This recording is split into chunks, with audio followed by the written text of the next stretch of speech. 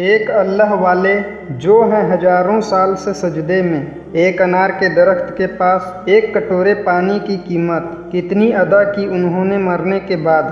یہ واقعہ عبرتناک بھی ہے اور حیرت انگیز بھی۔ بنی اسرائیل میں ایک بہت ہی عابد شخص تھا اور اس کی عبادت کی اتنی کثرت تھی کہ وہ اہل و عیال والا ہونے کے باوجود ان کے درمیان نہ رہ سکا۔ اپنی بیوی اور بچوں کو چھوڑ دیا اس نے، ترک دنیا ہوا، رہباریت اختیار کر لی اور سمندر کے پاس ایک اونچی چٹان تھی، اس اونچی چٹان پر چھپر بنا کر اللہ تعالیٰ کی عبادت میں خود کو مشغول کر لیا۔ اللہ تعالیٰ نے اس کی عبادت سے خوش ہو کر اس کے کھانے پینے کے لیے اسی چٹان پہ یہ انتظام کیا کہ وہاں میٹھے پانی کا ایک چشمہ نکل آیا جس سے اسے ٹھنڈا پانی ملنے لگا، اور وہیں اللہ نے اپنے قدرت سے انار کا ایک درخت بھی اگا دیا جس سے بڑے بڑے انار اس کو ملنے لگے، اور وہ انار دنیاوی انار نہیں تھی بلکہ جنت سے ہی اس انار کے درخت کو بھیجا گیا تھا وہاں پر لگانے کے لیے۔ وہ روزانہ ایک انار کھاتا اور ایک گلاس پانی اس ٹھنڈے میٹھے چشمے سے پی لیتا۔ اس شخص نے 500 سال اللہ تعالیٰ کی عبادت کی اور اسی طرح عبادت میں گزار دیے۔ جب اس کے انتقال کا وقت آیا تو اس نے اللہ کریم سے دعا مانگی، اے اللہ رب کریم، میری ساری زندگی تیری عبادت میں گزری ہے، اب میرا آخری وقت آ پہنچا ہے۔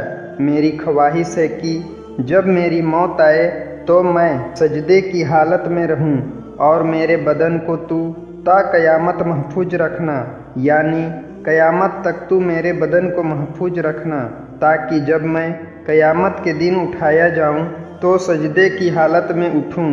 اللہ رب العزت نے اس کی یہ دعا قبول کر لی اور سجدے کی ہی حالت میں اس کا انتقال ہوا۔ مرنے کے بعد بارگاہ الہی میں جب اس کی پیشی ہوئی تو اللہ کریم نے ارشاد فرمایا، میرے بندے، میں نے اپنے فضل و کرم سے تجھے بخش دیا، تیری خواہش پوری کی، تیرا جسم تا قیامت اسی طرح سجدے کی حالت میں رہے گا۔ ملائکہ کو حکم دیا کہ میرے اس بندے کا نام جنت کے اعلیٰ مقام میں لکھ دو، یعنی جنت الفردوس میں اس کا نام لکھ دیا جائے۔ اس عابد کے دل میں خیال پیدا ہوا کہ میں نے 500 سال تک عبادت کی، بیوی بچوں کو چھوڑ دیا، اپنے نفس کو قابو میں رکھا، کبھی کوئی برائی نہیں کی، صرف اللہ تعالیٰ کے آگے جھکتا رہا، ساری دنیا سے بے نیاز ہو کر سمندر کی اونچی چٹان پر بیٹھ کر عبادت میں لگا رہا، اور آج اللہ تعالیٰ فرماتا ہے کہ میں نے تجھے اپنے فضل سے بخش دیا، تو میری وہ عبادت کہاں گئی؟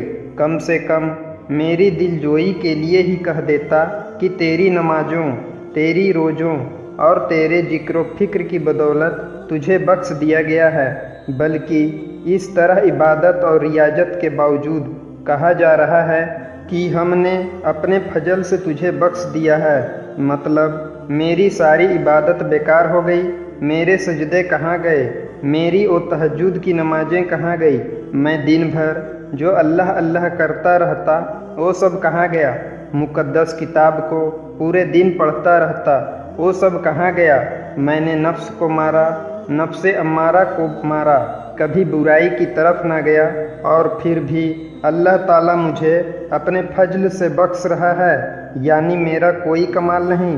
اللہ عز و جل جو دلوں میں پیدا ہونے والے خیالات کو بھی جانتا ہے، اس نے فرشتوں کو حکم دیا کہ بجائے جنت کی طرف اسے لے جانے کے جہنم کی طرف لے جاؤ، لیکن اسے جہنم میں داخل مت کرنا، بلکہ جہنم سے 500 میل کے فاصلے پر رکھنا، جہاں پر اس شخص کو جہنم کی آگ کی تپش شدت سے محسوس ہو۔ فرشتوں نے حکم کی تعمیل کرتے ہوئے اسے وہاں پہنچا دیا۔ جب اسے جہنم کی تپش محسوس ہوئی تو بلبلا اٹھا اور پیاس پیاس پکارنا شروع کر دیا۔ جہنم سے اتنی دوری کے باوجود، یعنی 500 میل کی دوری کے باوجود، اسے ایسی پیاس لگی کہ اس کا پورا جسم خشک کانٹا بن گیا۔ اتنی ہی دیر میں ایک ہاتھ نمودار ہوا جس میں ٹھنڈے پانی کا ایک کٹورا تھا۔ وہ عابد دوڑا کہ اللہ عز و جل کے بندے، مجھے پانی پلانا، پیاس کی شدت نے مجھے بے حال کر دیا ہے۔ وہ ہاتھ پیچھے ہٹ گیا اور آواز آئی کہ یہ پانی تو تجھے مل جائے گا، مگر اس کی قیمت ہے۔ عابد نے کہا، بتاؤ کیا قیمت ہے؟ جواب ملا، 500 سال کی عبادت۔ اس عابد نے کہا، پھر مجھے پانی پلا دو، میرے پاس 500 سال کی عبادت ہے اور بڑی خالص عبادت ہے، اس میں کسی قسم کا نفاق، جھوٹ، برائی، دکھاوا شامل نہیں، اور اپنی عبادت دے کر ایک کٹورا پانی حاصل کر لیا۔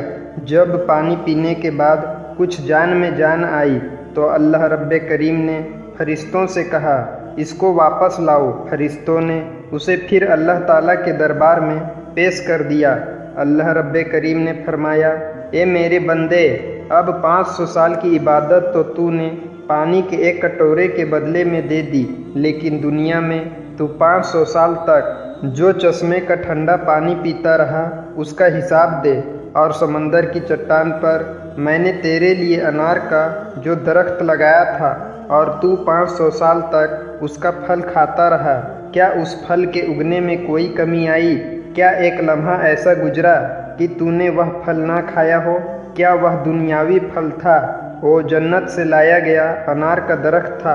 اب چل تو حساب دے، تو نے دنیا میں میری پیدا کردہ ہر چیز سے فائدہ اٹھایا، جتنے سانس تو نے لیے ان کا حساب دے، ان کے بدلے بتا تیرے پاس کتنی عبادت ہے۔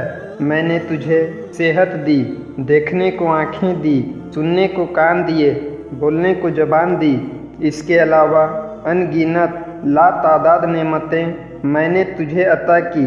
ان نعمتوں کے بدلے میں یہ بتا کتنی نمازیں، کتنے روزے، کتنے نوافل لے کر آیا ہے۔ تو نے 500 سال تک اگر عبادت کی ہے تو اس عبادت کے لیے میں نے ہی تجھے طاقت اور ہمت عطا کی تھی، اس طاقت کے بدلے بتا کتنی عبادت تیرے پاس ہے۔ تجھے عبادت کرنے کی طاقت ہم نے دی، ارادہ ہم نے دیا، توفیق ہم نے دی، دانا پانی ہم نے دیا، پھر بھی تجھے یہ دعویٰ ہے کہ میں نے بہت کچھ کیا اور آج اس کا بدلہ چاہتا ہے۔ ارے تو نے جو کچھ کیا وہ سب ہماری مہربانی سے کیا، بتا تو نے اپنی طرف سے کیا کیا؟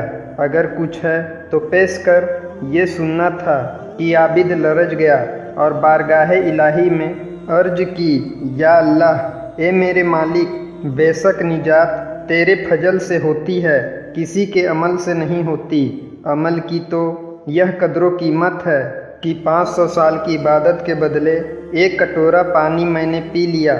جہنم کی آگ کو دیکھا نہیں تھا، صرف اس کو محسوس کیا تھا، اور اس سے میرا بدن خشک ہو گیا، میں ہڈیوں کا ڈھانچہ بن گیا اس لمحے جب اس آگ کو، اس تپش کو محسوس کیا۔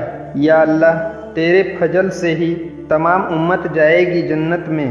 ہمارے نبی نے ارشاد فرمایا کہ آج تک اس عابد کا جسم سجدے کی حالت میں موجود ہے، اور اس کے گرد اس کے حفاظت کے لیے اللہ تعالیٰ نے گھنے درخت پیدا کر دیے ہیں کہ لوگ اس جگہ جاتے ہوئے گھبراتے ہیں۔ اگر لوگوں کی رسائی اس مقام تک ہو جاتی تو وہ مقام پوجا پاٹھ کا مرکز بن جاتا۔ اللہ تعالیٰ نے وہاں بڑے بڑے اور گھنے درخت اگا کر لوگوں کے دلوں میں اس جگہ کی ہیبت پیدا کر دی، تاکہ لوگ شرک میں مبتلا نہ ہو، اور ہزاروں سال سے وہ عابد انسان سجدے میں ہے۔ اللہ تعالیٰ نے وہ منظر دکھایا تھا، پھر اس کو جنت میں بھیج دیا گیا۔ لیکن اس واقعے سے ہمیں یہ سبق ملتا ہے، نصیحت پوشیدہ ایک انسان کو اپنی عبادت اور ریاست پر مغرور نہیں ہونا چاہیے۔ اگر انسان کسی طرح عبادت کر لیتا ہے، اللہ تعالیٰ اسے سجدوں کی توفیق دیتا ہے، تہجد گزار بناتا ہے، اور وہ یہ سوچتا ہے کہ یہ سب اس کا کمال ہے، تو ایسا نہیں، بلکہ اللہ تعالیٰ کا فضل و کرم ہے کہ اس نے اسے اپنے دربار میں آنے کی توفیق عطا کی۔ آپ نے دیکھا 500 سال کی عبادت دھری کی دھری رہ گئی، اور نجات کا ذریعہ اللہ رب کریم کا فضل قرار پایا۔ اللہ تعالیٰ کے فضل کی علامت انسان کا نیک عمل ہے۔ نیک عمل اس حقیقت کو ظاہر کرتے ہیں کہ اس شخص پر اللہ تعالیٰ کا کتنا فضل ہے۔ ورنہ اسے اللہ تعالیٰ کی عبادت کی ضرورت نہیں۔ فرشتے کافی ہیں۔ عبادت انسان اپنے لیے کرتا ہے، اپنی بہتری کے لیے کرتا ہے۔ بے شک اللہ تعالیٰ بے نیاز ہے۔ ہزاروں سال سے اللہ تعالیٰ نے اس عابد انسان کی جسم کو محفوظ رکھا ہے تاکہ لوگوں کے لیے عبرت کا نصاب بھی ہو اور حیرت کن منظر بھی ہو، لیکن وہاں جانے بھی نہیں دیا گیا، کیونکہ انسانی فطرت تو اللہ تعالیٰ کو اچھی طرح معلوم ہی ہے کہ وہ پھر اللہ کو چھوڑ کر شرک میں مبتلا ہو جائے گا، اور شرک ہمارے دین میں جائز نہیں، گناہ کبیرہ ہے۔ یہ اللہ والے اور ان کے واقعات ہمیں صرف اللہ تعالیٰ سے ملانے کے لیے ہوتے ہیں۔